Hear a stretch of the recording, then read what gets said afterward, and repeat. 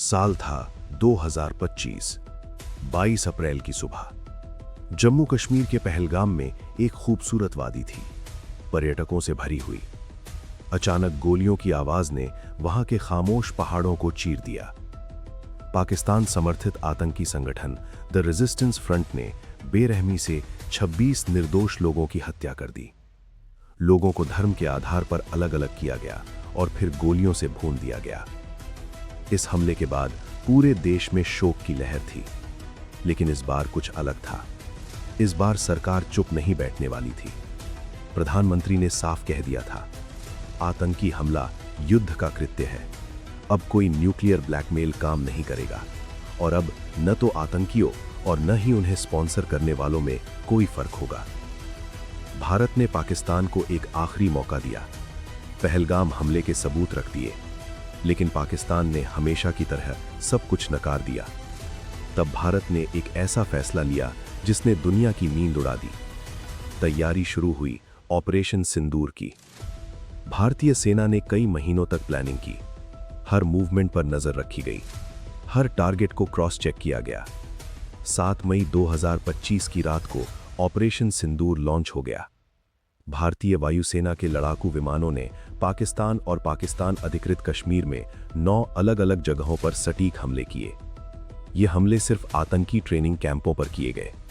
भारत ने साफ कह दिया कि हम सिर्फ आतंक के खिलाफ हैं, किसी सैन्य ठिकाने को निशाना नहीं बनाया गया। लेकिन पाकिस्तान चुप नहीं बैठा। 8 मई की सुबह होते ही पाकिस्तान ने जवाबी कार्रवाई की। उसने दर्जनों ड्रोन और मिसाइलों से भारतीय सैन्य ठिकानों पर हमला कर दिया। श्रीनगर, जम्मू, पठानकोट, अमृतसर, लुधियाना, बठिंडा, भुज, हर जगह अटैक हुआ। लेकिन भारत तैयार था।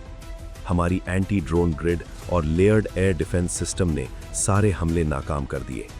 मलबा पाकिस्तानी मिसाइलों का था। अब भारत ने अपनी रणनीति बदल दी। पहले सिर्फ आतंकी कैंपों को निशाना बनाया गया था, अब पाकिस्तान ने सैन्य ठिकानों पर हमला कर दिया था, तो भारत ने भी उसी सिक्के से जवाब दिया। अगले ही दिन भारतीय वायुसेना ने पाकिस्तानी एयर डिफेंस सिस्टम को निशाना बनाया। जिन ठिकानों से पाकिस्तान ने हमला किया था उन्हें ध्वस्त कर दिया गया। भारत ने 11 एयरबेस पर प्रिसिजन स्ट्राइक की। भारतीय वायुसेना प्रमुख air chief marshal Amarpreet Singh ने बाद में खुलासा किया। उन्होंने बताया कि भारत ने पाकिस्तान के कम से कम 13 लड़ाकू विमान तबाह कर दिए थे। जमीन पर 4 से 5 F-16 विमान नष्ट किए गए। S-400 एयर डिफेंस सिस्टम ने 6 और विमान मार गिराए। 3 हैंगर तबाह हुए। एक C-130 ट्रांसपोर्ट एयरक्राफ्ट और एक एयरबोर्न अर्ली वार्निंग सिस्टम भी तबाह हुआ। 4 जगहों पर राडार ध्वस्त किए गए। भारत ने एक ऐसा कारनामा कर दिखाया जो दुनिया के सामने मिसाल बन गया।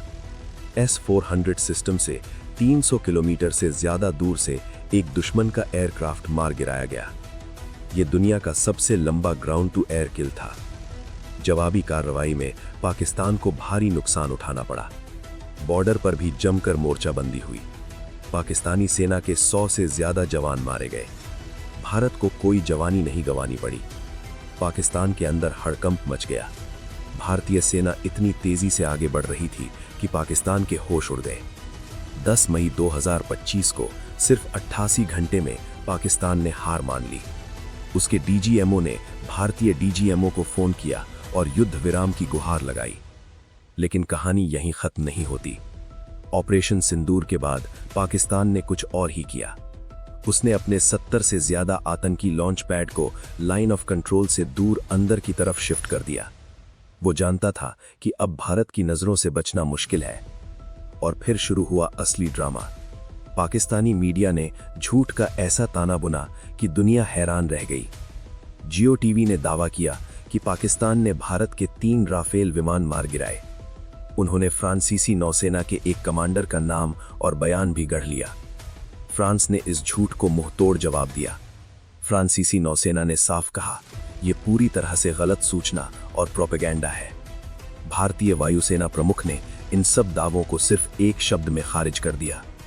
अब आता है असली सवाल। ऑपरेशन सिंदूर के बाद ऑपरेशन महादेव क्या था? पाकिस्तानी मीडिया ने दावा किया कि ऑपरेशन महादेव एक फर्जी एनकाउंटर अभियान है। उन्होंने कहा कि भारत अपनी असफलता छिपाने के लिए पाकिस्तानी नागरिकों को मार रहा है, लेकिन सच कुछ और ही था। भारत के गृह मंत्री अमित शाह ने साफ कह दिया, ऑपरेशन सिंदूर उन आतंकियों के खिलाफ था जिन्होंने पहलगाम हमले की योजना बनाई थी, और ऑपरेशन महादेव उन आतंकियों के खिलाफ था जिन्होंने उस योजना को अंजाम दिया था।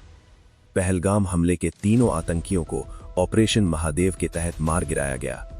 भारत ने इतिहास रच दिया था। पहली बार ऐसा हुआ कि किसी आतंकी हमले की योजना बनाने वालों को ऑपरेशन सिंदूर से सबक सिखाया गया और उसे अंजाम देने वालों को ऑपरेशन महादेव से खत्म किया गया।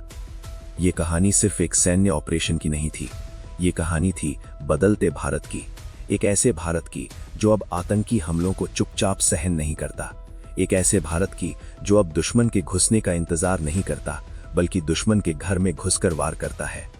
भारतीय सेना प्रमुख ने साफ कहा था, हमने युद्ध से पहले ही 4-5 कदम आगे की योजना बना ली थी। दुश्मन को अंदाजा भी नहीं था कि हम उनकी दूसरी लेयर पर हमला करेंगे। ऑपरेशन सिंदूर और ऑपरेशन महादेव ने दुनिया को एक बड़ा संदेश दिया। भारत अब वो भारत नहीं रहा जो आतंकी हमलों के बाद सबूत जुटाता था और दुनिया से अपील करता था। भारत अब अपनी आंखों में आंखें डालकर जवाब देता है, और जवाब इतना करारा होता है कि दुश्मन 88 घंटे में सरेंडर कर देता है। पहलगाम के 26 मासूमों की आत्मा को शांति मिली होगी। उनके कातिलों को ऑपरेशन महादेव में मार गिराया गया और उनके मास्टरमाइंड हो ऑपरेशन सिंदूर में सबक सिखाया गया। ये कहानी है नए भारत की, जो अब किसी से नहीं डरता, जो अब किसी के आगे झुकता नहीं, जिसके पास अब ताकत है और जिसके पास अब इरादा है। ऑपरेशन सिंदूर और ऑपरेशन महादेव हमेशा इतिहास के पन्नों में दर्ज रहेंगे, एक ऐसे भारत की कहानी के तौर पर जिसने दुश्मन को उसी की जमीन पर घुटने टेकने पर मजबूर कर दिया। ये कहानी है हमारे जवानों की, जिन्होंने रातों रात प्लानिंग की, सटीक हमले किए और बिना कोई जान गंवाए दुश्मन को मात दे दी। दोस्तों, अगर ये वीडियो आपको पसंद आया हो तो चैनल को लाइक और सब्सक्राइब जरूर करें। हम ऐसी ही प्रेरणादायक कहानियां लाते रहेंगे। तब तक के लिए जय हिंद।